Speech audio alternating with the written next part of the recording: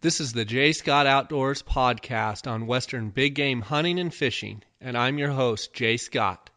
I live and breathe hunting and fishing, spending half the year in the field enjoying God's creation. I hope you'll enjoy hearing about our adventures.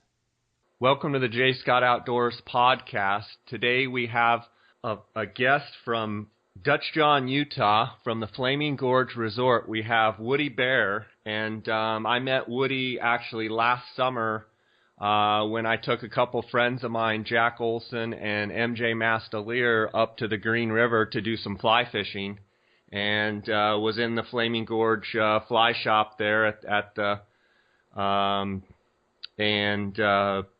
met Woody, and he talked to us about the river and what was going on, and we just happened to catch the cicada hatch. And Woody, it's good to have you this morning. How you doing? Good, Jay. Thanks for having me on. Yeah, I know it's going to be a good show, and my listeners are going to really learn a lot. Why don't you tell me a little bit of history about the Flaming Gorge Reservoir, how it came about, and why it was made and such. Sure. So the Flaming Gorge, like many other big reservoirs, were all kind of built during the same kind of time period on the Colorado River. And really the main reason was irrigation and water storage. And then, of course, the dams came along with that. They were able to get the hydroelectric power component of that as kind of the sidelight. So really a neat thing that Bureau of Reclamation did was create these reservoirs and in turn created world-class tailwater fisheries that are completely protected against salinity, for the most part, and are protected rivers like nowhere else. It's a great opportunity. Of course, the Flaming Gorge Dam was built, started in the late 50s, and they dedicated it, I think, in 1964. And during that same time, of course, the Flaming Gorge Lodge was owned and operated, and that was the start of this business, and then the start of many other businesses: rafting companies, fishing companies, charter companies, rentals, all kinds of economic growth happened for our small county. Yeah, and Woody, you're actually in Utah, but you're very close to the Wyoming line. Is that correct? And how much of the actual Flaming Gorge Reservoir is in Utah, and how much is in Wyoming? And how long is the lake? How deep is it? How long is it? Give me some of those. Sure. The lake is about 91 miles long, and they measure that from approximately the dam up into the river confluence up near Green River, Wyoming. The majority of the lake is actually in Wyoming. There's probably the better part. I'm not sure the exact number, but I'm guessing probably in the range of 50 to 60 of those miles are in Wyoming. There's 364 miles of shoreline, there's 3 marinas. There's tons of boat docks and access points around the lake. We tend to think that we are the prettier end of the lake. This is more of the canyon end of the lake, up into the Wyoming area. It's kind of more flat, and it's kind of it's shallower. Oftentimes in the Wyoming portion, you're talking maybe 60 to 100 foot depths, which is still pretty deep. But when you get down into the canyon-y parts, so we can see depths up to 300 feet. Wow. So when we're using our fish finders or depth finders and kind of messing around in the lake, we're seeing some pretty deep depths. But oftentimes you'll see a lot of 150, 200 plus areas. Wow. And the fish primarily in the reservoir, what are the main fish as far as numbers of game fish such in the reservoir? Is it trout? Is it bass? What is it? So really what we've really become known for is 2 main game species: the lake trout, which have gotten huge over the years. The largest lake trout that's ever been caught is over 52 pounds. That we often catch them in the 40s and 30s. So the lake, we've become a world renowned. In fact, I would put us up against anywhere in the lower 48. I don't think anybody in the lower 48 can catch the lake trout. Maybe some Canada lakes, but lake trout is really our premier big game fish. Our other main species is kokanee salmon, which they're a landlocked strain of salmon, and they spawn in the lake. There's two strains. One spawns in the lake and one spawns in Sheep Creek and a few of the tributaries. And oftentimes in the fall you can go and check those out. Those are the two main game species that people come from all over that they can't really get anywhere else. We also, of course, have trout, rainbow trout. There's a few browns left in there, not as many as there used to be. And there's bass. It's a great smallmouth bass fishery. A lot of times we're catching 3 to 5 pounders. There's a lot of dinks, but the bass is come a long ways. There's carp. There's there's the new invasive species that we've just got that we're not excited about is the burbot, which is a little freshwater lean cod. But they've been very popular with anglers through the ice, and guys are even starting to target them now in the summer. And we fish for those mostly at night. So there's quite a few different species on the reservoir that a guy can target. And you guys have guide services that not only we'll get to later fish in the Green River down below the dam in all the trophy water down there, quality water, but your guide services also offer service for the kokanee and the lake trout. We actually and the smallmouth, or we actually don't have a permit for the lake. There are many good companies around the reservoir that do target, especially the lake trout and the kokanee. Okay. And we help people sign up with those guys all the time. There's a couple that are real close within, short driving distance, 5 minutes or less. There's also a lot out of Manila. If you want to target those big trophy lake trout, we definitely want to, highlight the 2 or 3 different guys that can really help with that. Sounds good. And Woody, how long have you been were you born and raised right there, or when did you move up there and start working at the resort? So we started, this is a third generation business. The original business in 56, like I said before, my father-in-law, my wife's grandfather, I guess, bought the business in 1971. And my father-in-law and his brothers worked it, and now we're into the third generation. My wife was born and raised here, went to school in all the little towns here. I've been here for 10 years. Nice. My wife and I met at college, and then we came back, and we're going into our 10th season. I guess we've been here 9 years. We're going into our 10th season. That's fantastic. And at the resort itself, you guys have a fly shop, a restaurant, a motel. You have also, I believe, like some condos type stuff. Tell me a little bit about that, what you guys offer there. We have a really diverse property here. We have, of course, in my mind, a world-renowned fly shop. We have more flies than just about anyone else. We sell so many flies, and we have such a diverse patterns that you won't be able to find this diverse group of flies anywhere. I would bet against that. We have a fully stocked shop, and of course we have little, souvenirs and gift items. We have a great restaurant. We serve 3 meals a day in our restaurant. We of course have gas station. We have 48 rooms of different types. We have basic motel packages, 2-bed packages.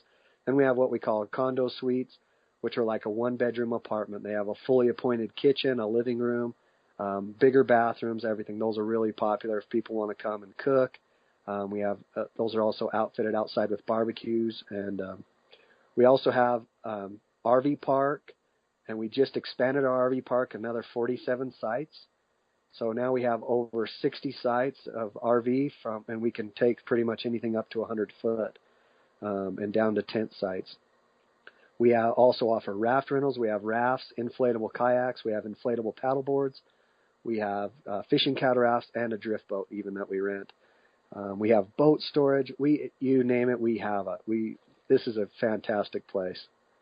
Yeah, I'm having gone there many times over the years. I've stayed in a lot of different parts of your rooms and such, as far as the lodging, and ate at the restaurant a bunch of times.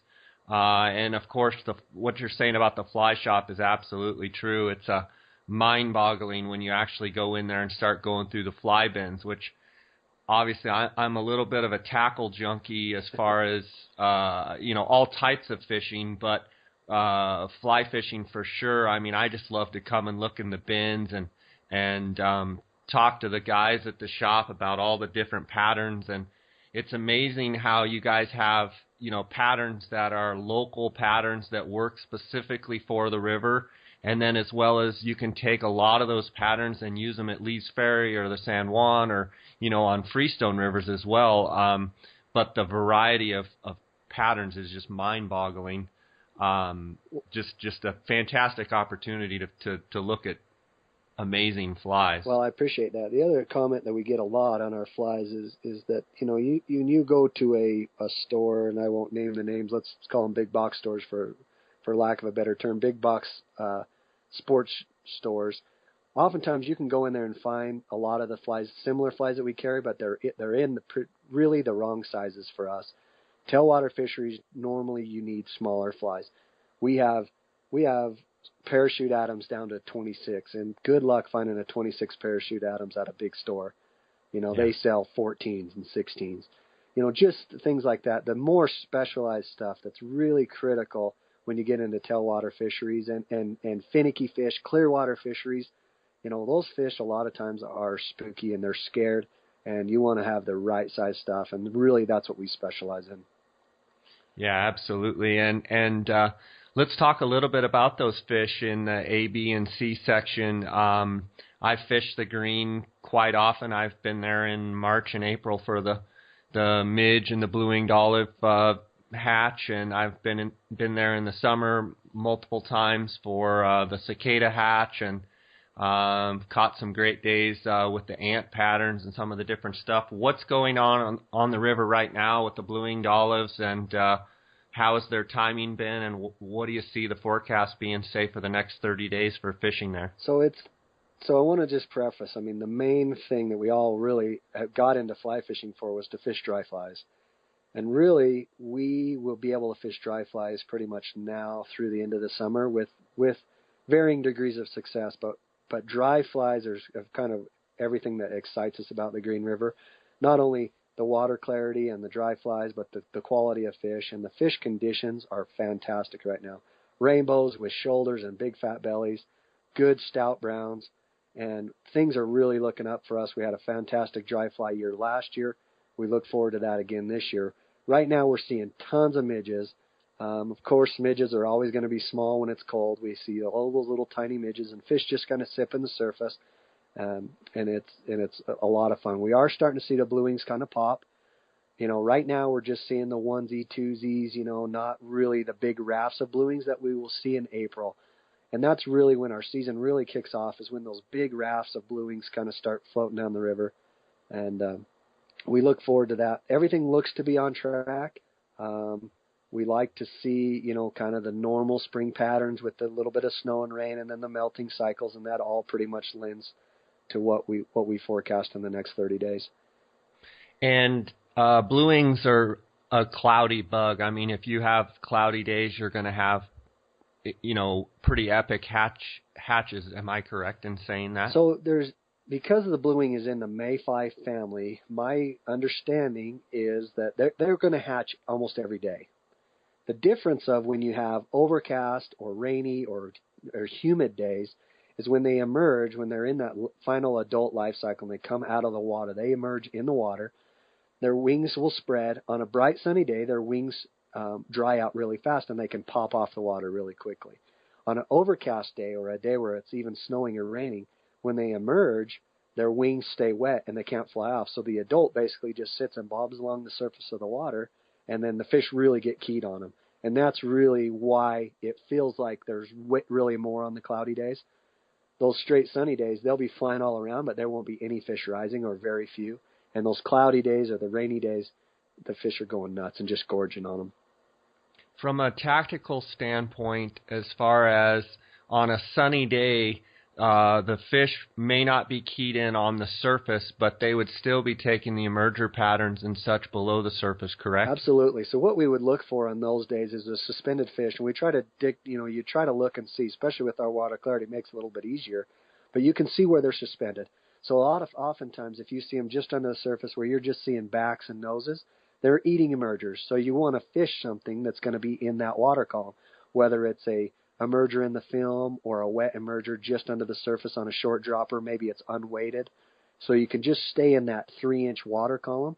And then, of course, if you see them in the 6 to 12 to 18 inch or even deeper, then we're going to try to figure out how to get to that level, whether it's a tungsten bead or a gold bead, something that's going to get to that level, maybe do a dry dropper. And if they get below that, then I pretty much mostly recommend, we're going to have to go to a straight nymph rig. If you're doing a dry and a 6-foot dropper, you're probably really nymphing anyway. So, we have to just roll with those changes. Yeah, and right now you've got conditions where the midges are the predominant hatch.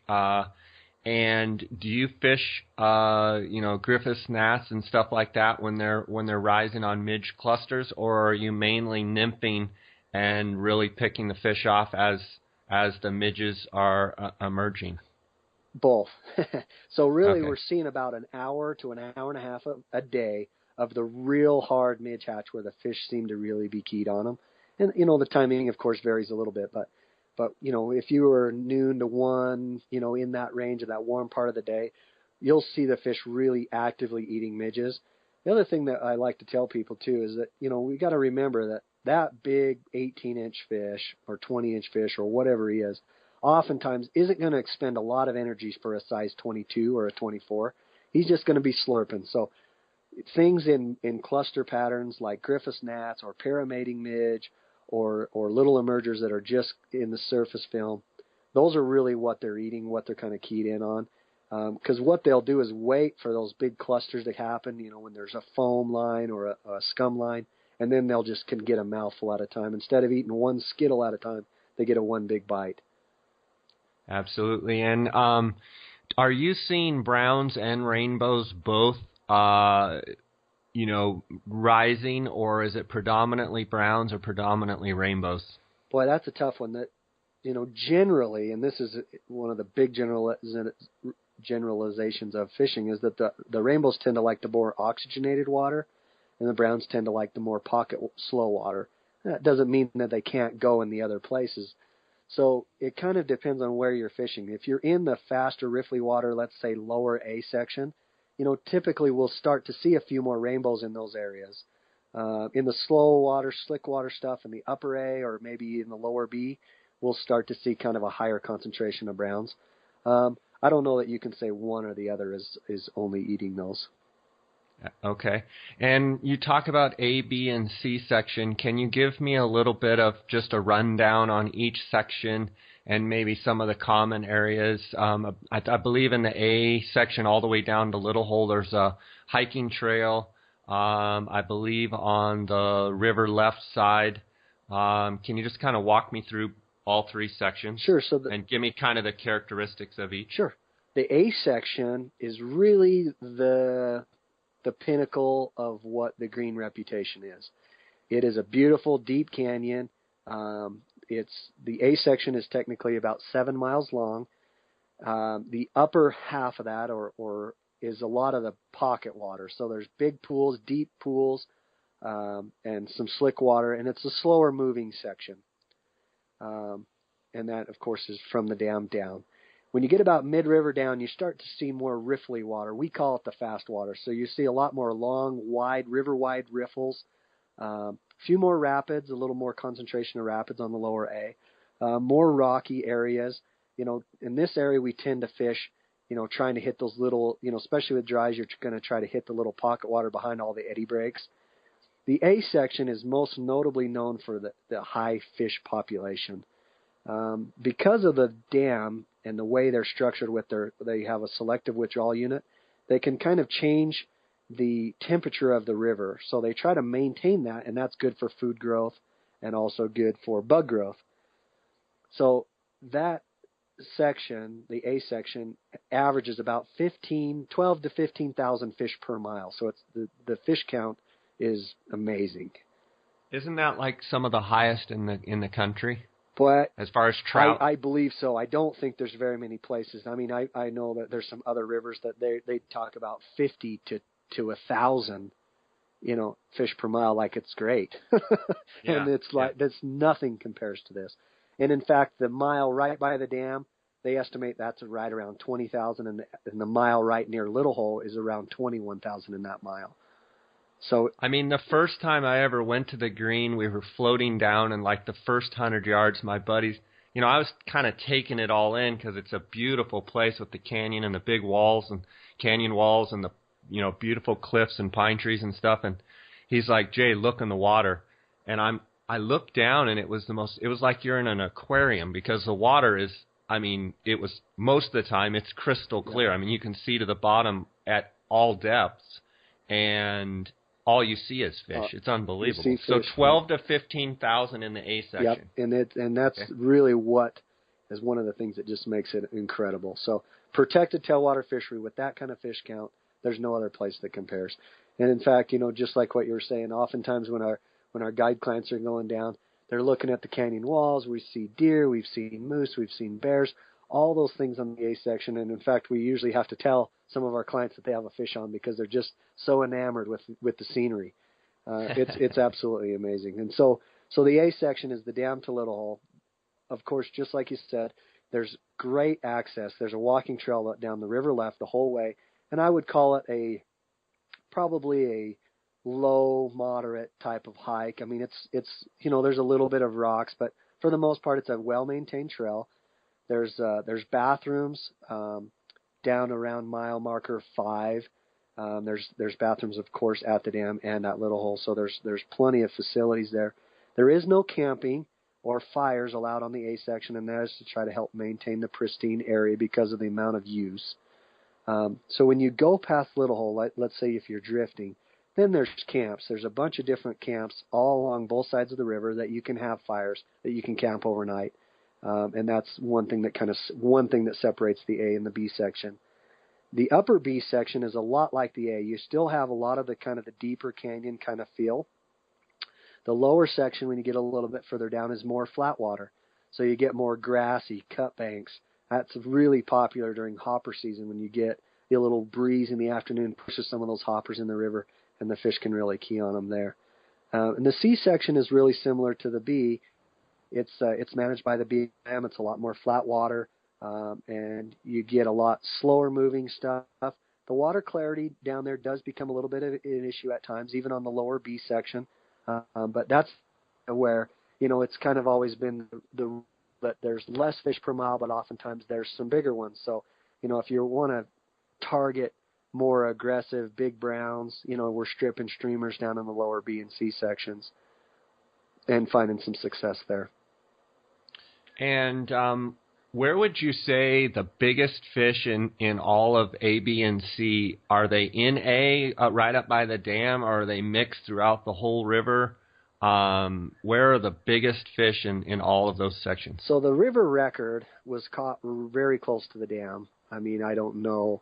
There was always controversy anytime that there's a record that he was too close to the dam. And there's some really big fish that kind of just hang right at the bottom of the dam. We can't angle for them. They get fed by the people who take the dam tour. They have little feeders and everything that gets, kind of churned down through the dam. So we know there's big ones there. We've seen them come down further. They've caught some big ones there. Those big fish don't normally eat bugs. They're going to eat other fish. They're going to eat big things, dead things.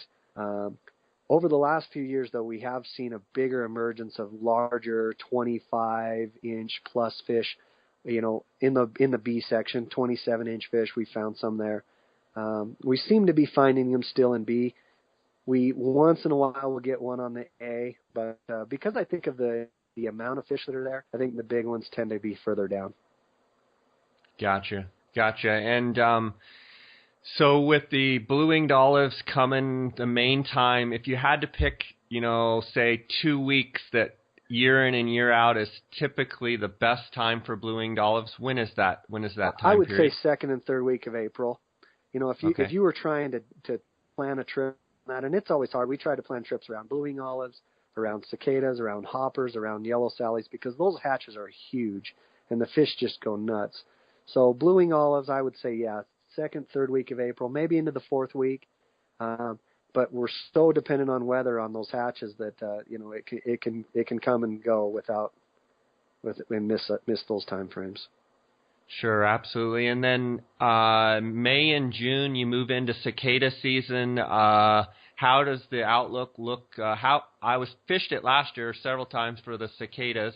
How does this season look for cicada season? Everything is pointing to be good. I mean, they traditionally would like the warmer, drier kind of climate. My understanding of cicadas, they burrow into the box elder trees and they lay their eggs near the roots, underground, and so the soil needs to be to a certain temperature and a certain humidity. They pretty much hatch every year. There's just different amounts of them that will. So when those happen, if the soil temperature is good and warm and it's really dry, that's when we really start seeing cicadas. So based on the weather patterns that I'm seeing, we're really warm right now. It's supposed to be in the low 50s today here at 7,000 feet. It's incredible. And 60s over the next week. I would venture to say that we should have a pretty good cicada hatch. I have an unbelievable story, and you've probably heard it a million times, but so we were floating down last June, and both my buddies were rolling big cicada patterns, and we were having just a heck of a time, and just fish were exploding. It was unbelievable. And one of my buddies had a fish on, and he hammered a cicada. They actually, I believe, had a double at one time, and I think one of them got off. And to make a long story short, the guy that had his fish on, he actually broke the cicada off, and we thought, oh, the fly's gone. The next thing we know, the fly pops out. So he broke it off, but the fly popped up, and we're floating along, and we see his fly now floating on the top, but it's now not connected to his rod. And another fish came up and hit it, and we're like, oh my gosh, that's unbelievable. And then it went down for a second, and we're just watching, and about maybe 3 seconds later, boop, the fly popped back up again, and we floated over and netted the fly. It was unbelievable. We had 2 fish hit it. That's awesome. But they get they get fished at quite a bit in the cicadas. It's pretty common to have those fish bump the cicada and not actually hook up. Do you see that quite a bit? I do. I would say that almost in every hatch, if you're on the twilight part of the hatches, if you're towards the end of the hatches, they'll even get spooky enough that they won't even eat a natural until it sinks. Yeah. So, you definitely want to be proactive on your planning. If the word gets out that cicadas are going, you want to come. If you get to the 3rd or 4th week of cicada hatch, they will get more finicky on that. And I was just going to say, whatever type of floating you're using, we need a plug for that floating. we went over and netted that fly, and I think we retired it in the box because it was like that just can't happen. That was our big story when we got back to we stay the summers in Colorado, and so when we got back and told all our wives, they were kind of looking at us like, yeah, right. Yeah, that was unbelievable. Yeah, we need some documentation of those kind of stories. Yeah, right. we need proof of that. Going back to a tactical standpoint with the midge fishing right now and with the blue-winged olives coming up, as a guy that fishes the river a lot, I mean, what length leader are you using? And give me some of your presentation, as far as if you're either floating or if you're, walk wading, and some of the tactics that you use to catch those fish. So a couple things I want to say that really the biggest problem here, and I see this a lot of times, it's not really a problem, but we see fish, for instance, especially midging fish and small flies, we see them in the slick water, and so we're like, oh, there's fish, great. The trick on these type of fish, and this is something that I learned from fishing, brookies and doing little tiny streams that are really finicky, is you can't walk right up to them and then cast to them right there. As much as we can see them, they can see us. And so really what you want to be is a little bit sneaky, and I think that's really a lot of game stuff. You need to be sneaky. So, a lot of times, like on slick water, I'm going to fish upstream eddies into the slick water from the farthest distances that I can see the fly. So oftentimes, if you're standing on a jutty and below you is the slick water and the fish are right there, they'll go down just from your presence being there. So oftentimes I'll fish low river and we'll cast into the upstream current and then try to get a drift into that slick water from the upstream current.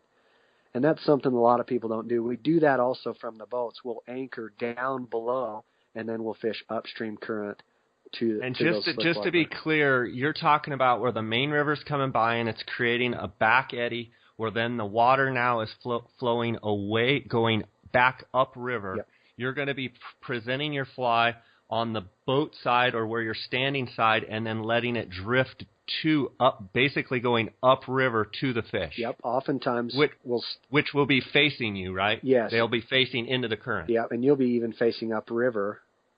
It'll feel downriver because you have an upstream current, but the main body will be going down, and you'll be facing upriver. Gotcha. So that's a pretty cool technique, and you'll actually have to play out line so you can get a natural drift into those areas. The other big mistake that I think a lot of people have is because of the fish pure population, there's fish all the way right near the edges, and especially on these small bugs.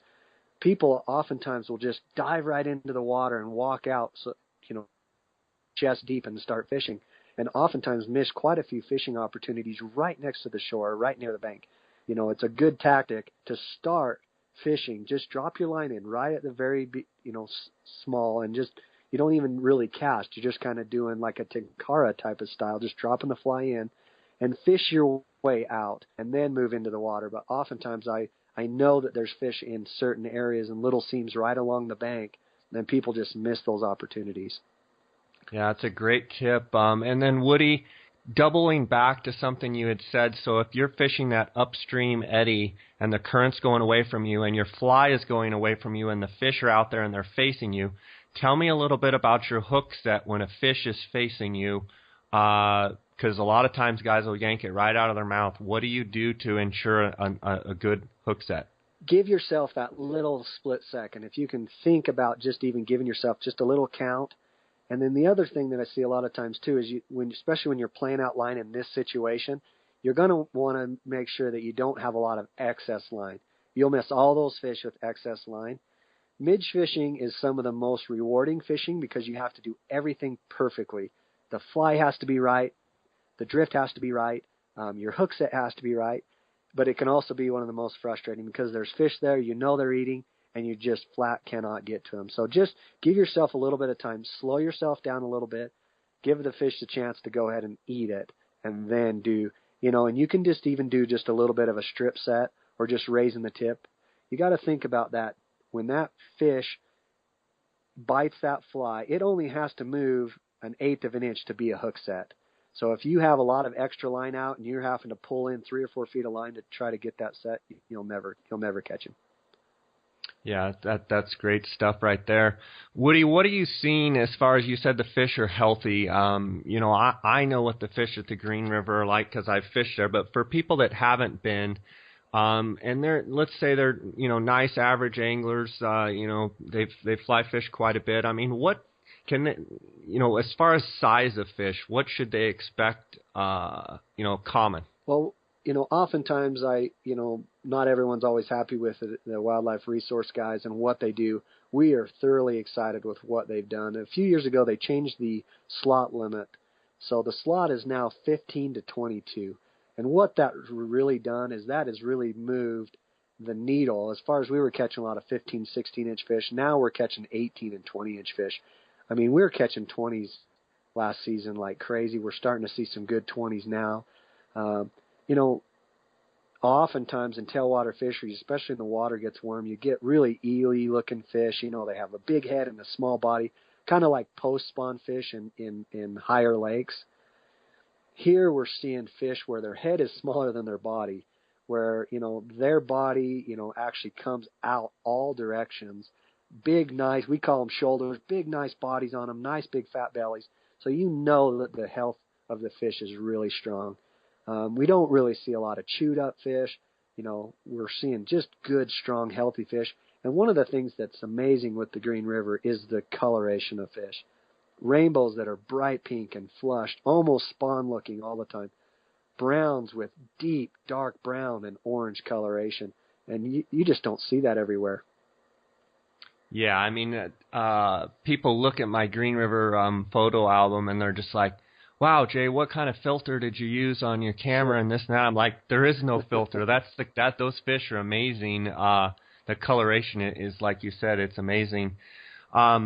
Woody, in conclusion here, tell me about moving in from the blue-winged olive and then into cicada season, and then you have some fantastic fishing right during the middle of the summer. Can you briefly talk about what you have going on in those summer months? Sure. And even with the high traffic, with the floaters and everything else, there's still some outstanding fishing. There is. The fish don't ever stop eating. They have to eat every day, just like us. You know, a big chubby guy, he's going to eat every day.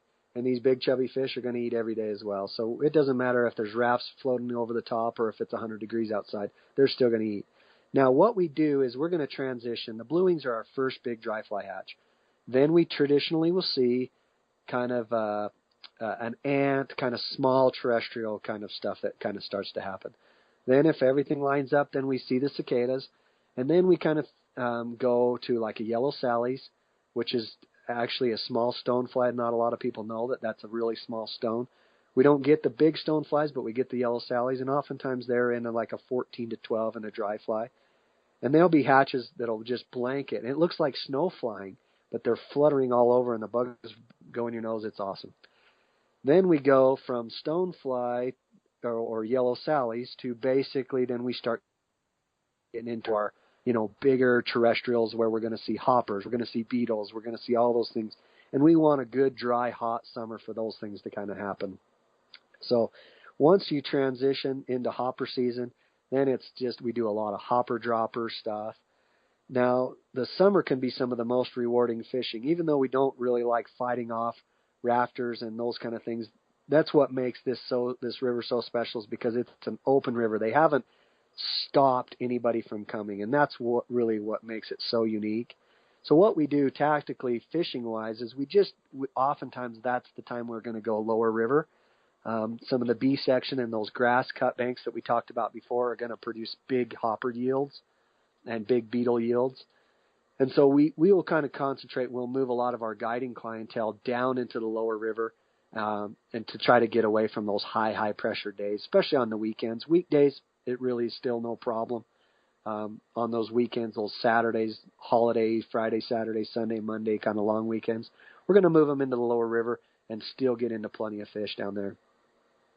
Absolutely. And you have a fantastic guide service. So your guides are on the river every day. And how do my listeners find you guys as far as driving up there? You're up on top of the hill before you drop down. Maybe give me some driving times from maybe Salt Lake City Airport or maybe from Denver. How do people find you, and then how do they find you, a website and that type of stuff? Well, all of our brochures, all of literature, everything that we print, all leads us to the website. The website is flaminggorgeresort.com. Really easy. If you do a search for the Green River, we're going to pop up right at the top. Our Green River Fly Shop pops up right on top if you search for Green River. And there's links that brings us all back to the flaminggorgeresort.com website. We are really very fortunate. We're centrally located between Denver and Salt Lake. It's about 3.5 hours from the Salt Lake Airport to here, driving wise. People do often fly into Vernal or Rock Springs. We can pick people up at the airport. We're about 7 hours from the Front Range. So from the Denver area, a lot of our clients, especially during high water, Colorado guys love to come here on our protected fisheries when everything else is blown out. And we will see an influx of those guys, and we welcome them. So it's a great place. So don't trust your GPS as always when you put in Flaming Gorge Resort. Oftentimes it puts us up into Wyoming. But there's some good driving directions and map directions on our website. Oh, great. That's fantastic. And, I look forward to getting up there and doing some fishing this summer. And I just want to thank you for being with us. And I know, having been at the Flaming Gorge Resort many, many times, it's a family-owned operation, and it's just got a real nice family feel. You see a lot of families. You see a lot of just all sorts of people, and it's just a real friendly environment, and I want to give you kudos for that, for creating that, and you have a awesome staff there that you work with. And so thanks for being with us today and shedding some light on the Green River and Flaming Gorge Resort. And we'll be maybe check in with you this summer and see how conditions are. And I'll look you up this summer, okay? Jay, thank you very much. I appreciate the opportunity. And we'll be letting you know when the cicadas are hopping, too. That sounds great, man. All right, you take care. Thank you. All right, buddy. Bye. Well, that was very good to get to speak with Woody Bair of the Flaming Gorge Resort. I know last summer when I got to meet him, he spent quite a bit of time with us just going over how the fish were acting and some of the different things with the nuances of the river and such. And I've floated it many times, but it's amazing when you can talk with locals that have basically spent tons and tons of time on a fishery, how much you can learn. And I just want to thank Woody for being on with us. And I want to thank you guys, our listeners. We've just this podcast seems to be just gaining great momentum, and we're getting tons of positive comments and feedback, and I get some great emails, and I'm glad you guys are enjoying it. Tell your friends about it. We appreciate the referrals. We appreciate your support, and if you go on iTunes, you can give us a 5-star rating. That helps us out with our standings with iTunes, and just thank you for your support. You can follow along at jscottoutdoors.com. You can follow our Facebook, jscottoutdoors, on Instagram at jscottoutdoors, and also our YouTube channel. We have a successful YouTube channel with a million plus hits, views, and our subscribers. I think we have over 1,200 and something subscribers, and it seems like every day we add to that. And just thank you for all of the support. If you have any comments, questions, or things you'd like to see on the show, please email me at jscottoutdoors@gmail.com. And we appreciate any comments that you have, and we just thank you for being with us. And spring is definitely here, and the summer is right in front of us, and it's going to be a good time to get out and do some fishing. I'm going to be heading to Colorado here soon, and I've got lots of great fishing in front of us here, and look forward to getting on the river, getting my boat all dialed in, and get back to rowing and spending time out there on those great rivers. So until next time, guys, God bless.